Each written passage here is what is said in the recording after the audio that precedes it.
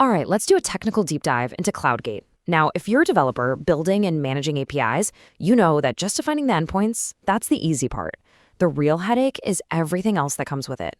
Today, we're going to break down how Cloudgate is designed as a unified API and automation control plane to tackle that exact problem head on.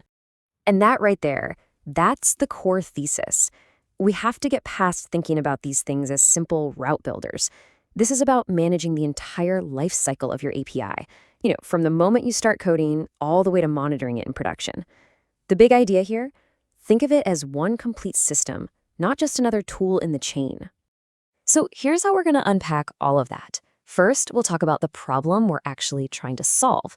Then we'll get into the architecture, what it feels like to build with it, how security is handled, what it takes to operate it, and finally, what it all really means for you as a developer. Okay, so let's start with a challenge that, look, if you're a dev, you've absolutely felt this pang. Building a really solid API is so much more than just defining your gets and posts. The real work, the really complex stuff, is in the orchestration, the security, the monitoring, all the operational baggage that comes with it. And this is exactly the problem space Cloudgate is built to address. Think about it. How often do we find ourselves stitching together different services? One for auth, another for logging, maybe a serverless function for the logic, and then a totally separate system for monitoring. That fragmentation, it just creates a ton of complexity and a huge operational tax. The whole goal here is to bring all of that under one roof. So the big question is, how does Cloudgate actually solve this fragmentation problem? Well, it all comes down to its core design, the control plane architecture. Let's take a look at how this unified model actually works in practice. This right here really shows you that unified approach in action. You've got these three core pillars: build, which is where the visual workflow engine lives; secure, which handles all the access control; and monitor, for that deep observability. And the key thing to get is that these aren't separate tools that you have to somehow bolt together. Nope, they're completely integrated, right from the ground up.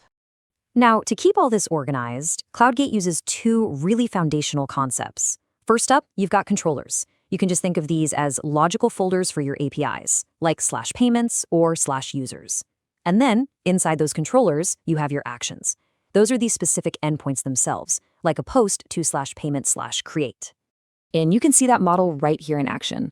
The controller path, say /orders, gets combined with an action path like /create, and boom, that's your full API endpoint. It's a really simple structure, but it's incredibly powerful for keeping your API surface clean, neatly organized by feature, and frankly, manageable as your system starts to grow. Okay, now for the fun part.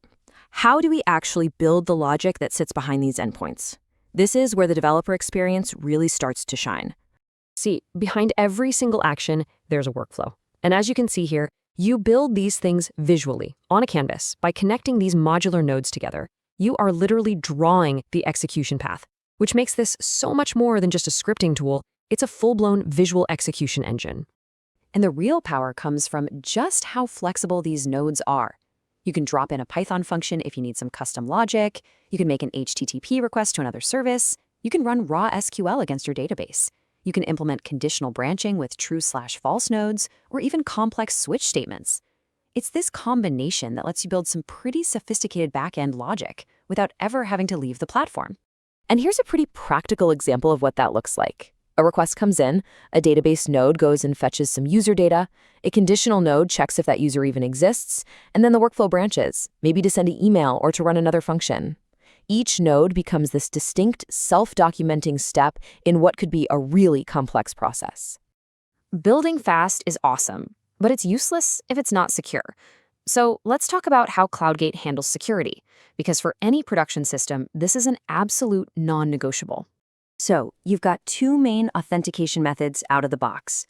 Basic auth is there, for legacy clients or maybe simpler use cases. But for your production APIs, signature authentication is really the way to go. It uses HMAC SHA-512 to actually sign the payload, which protects you against hampering and replay attacks. It's giving you both integrity and authenticity. And here's the kicker for developer velocity. The tooling for this is built right in.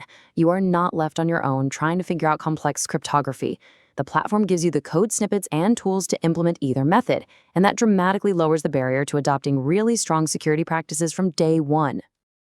But it's not just about authentication, right? Security has to be layered. You've got things like key selectors that will automatically redact secrets from your logs, preventing any accidental exposure. And origin validators let you enforce network boundaries, so you can whitelist traffic by IP address or even geography. It's a true defense in depth approach.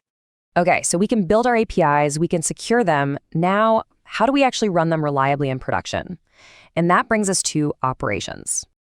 A really crucial feature for operations is strict environment isolation. Every single endpoint you create exists in two distinct modes: a sandbox for all your dev and testing, and production for live traffic. And critically, they use separate keys, separate data, and separate logs. This isolation isn't a nice to have, it's absolutely fundamental for making sure your development work can never, ever impact production. And you see this separation everywhere in the UI. It's super explicit. Whether you're looking at logs or checking metrics, you are always clearly in one environment or the other. This ensures your production observability doesn't get cluttered with a bunch of test data, which, as you know, makes debugging live issues so much easier. Okay, let's pull all these threads together now and talk about the core value proposition here. For us, as developers, what's the actual edge this gives us? This diagram pretty much sums up the entire journey. So picture this. A request comes in. It passes through all the inbound security checks, like origin validation and API key scoping. It gets routed by a controller and an action, which triggers a modular workflow. That workflow then executes step by step, with secrets getting injected dynamically, and the whole thing runs inside a totally isolated environment, whether that's sandbox or production. And that, right there, is the ultimate developer edge. By integrating build, security, and operations into a single control plane, you get to ship features faster.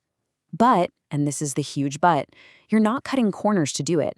You get that speed while keeping the deep control, the robust security, and the granular visibility that production systems absolutely demand. So I'll leave you with this question to mull over. Seriously, think about it. How would having a single, unified plane for the entire API lifecycle, from the logic and the security all the way down to the logging, how would that actually change the way you and your team build, secure, and operate your systems today?